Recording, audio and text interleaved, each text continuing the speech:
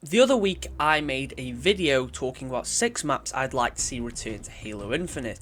These maps were selected from Combat Evolved, Halo 2 and Halo 3, and I mentioned I'd be doing a part 2 to that video, covering maps from Reach 4 and 5, and today's that video. I've selected 2 maps from Halo Reach, 2 maps from Halo 4 and 2 maps from Halo 5 that I'd like to see return in Halo Infinite. I'm going to be giving my reasons as to why I'd like to see this map return, and why I enjoyed this map in the first place. But before we do jump in, if you enjoyed today's video, make sure to leave a like and subscribe if you're new here. I'm aiming for 1,000 subs by the end of the year, and I think that's an achievable goal. Let me know down in the comments what maps you'd like to see Halo Infinite bring back, but without further ado, let's jump straight in. The first map on our list is from Halo Reach, and that map is Sword Base. Sword Base is arguably one of the most iconic maps from Halo Reach. It's probably one of the ones that I think a lot of people have spent the most time on, whether they know it or not. I think it's a very popular Halo Reach map. It's somewhat reminiscent of boarding action in my opinion, except there's not a huge void between the two sides. You've got these little bridges connecting them, or you can just go across on the floor. It's got several floors which can be walked up, from stairs to grav lifts, a variety of ways. I like the map's layout and I think it's a pretty interesting one. I think it's enjoyable for a variety of modes, free-for-all type modes, something like Juggernaut or Infection. You'll hear me mention Infection a couple of times throughout this video. But overall, it's a solid map with a lot of variety in terms of the game modes that can be played on it. It's definitely a much smaller map, one that's probably going to suit some competitive modes a bit better, but can still be enjoyed by casual fans. Next up, we've got our first map from Halo 4, and that is Exile. Exile is probably my favourite Halo 4, if not my favourite 343 era map, full stop. I don't know, there's just something about the theming of the map that I really enjoy. The fact that you're almost stuck in this like little canyon with this crash ship, and it feels like there's so much mystery surrounding it.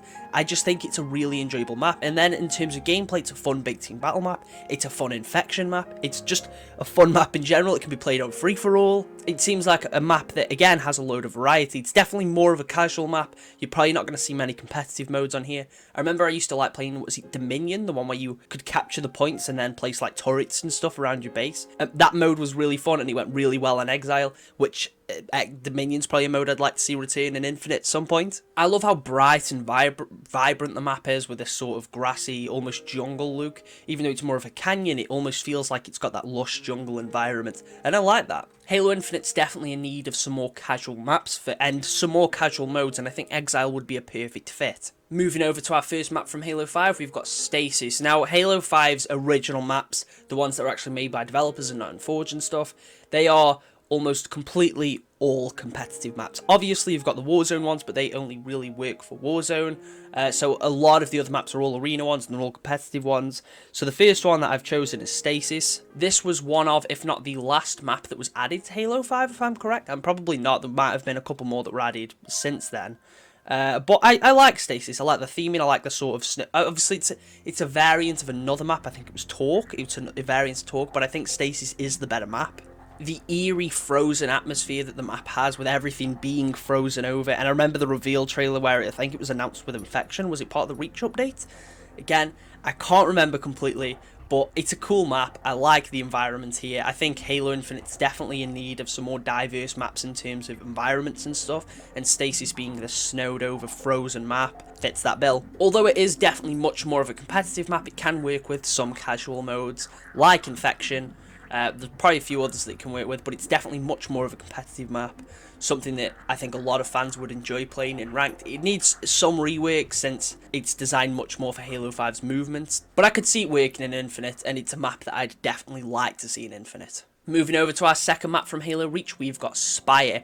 Spire is, of course, a map that is basically perfectly suited for Invasion, which is a mode that is not yet present in Infinite.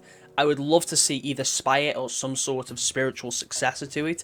Maybe a banished version where instead of the Covenant Spire, you have a banished tower. It would be awesome if they brought Invasion back alongside this map. That would be crazy, but I think this map can work with other modes too. If I recall correctly, there was sort of a cropped down version of the map which you could use for 4v4 modes or Infection or a variety of other modes. It's a good map. I like how it looks. I think the Spire itself looks really cool, and how it towers over the rest of the map. It's it's a cool level. It's got some good level design. It'd be interesting to see if it could work with Infinite's 12v12 big team battle, if it could fit into that. It's one of my favourite maps from Reach, and since I did love Invasion, if they brought Invasion back, it would feel wrong for them to not have this map alongside the mode. Going back to Halo 4, we've got Haven. This might be the most iconic Halo 4 map.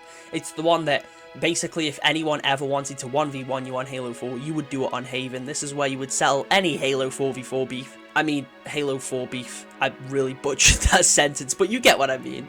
Again, it's another map that feels like it's got a load of mystery surrounding it. You're up in the clouds on this Forerunner structure.